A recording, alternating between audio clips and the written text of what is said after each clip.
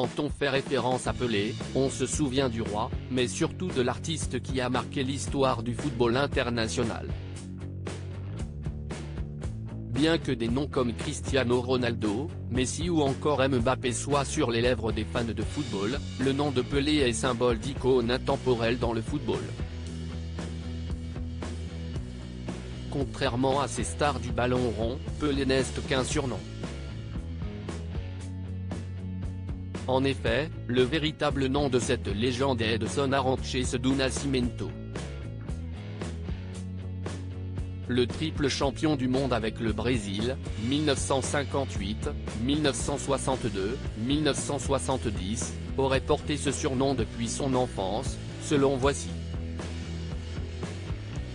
Le surnom de Pelé serait issu d'une erreur de son père.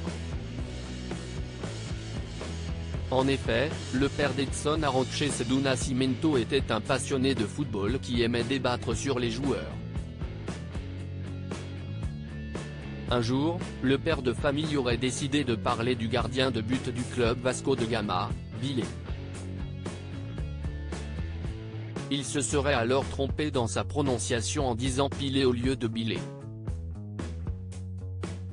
Si est ainsi qu'Edson Arantes do Nascimento a été surnommé ainsi par ses camarades. Un surnom qu'il n'aurait pas aimé à cette époque. Pelé a lui habitué à être appelé ainsi, Edson Arantes do Nascimento a décidé de coller son surnom sur ses maillots de football.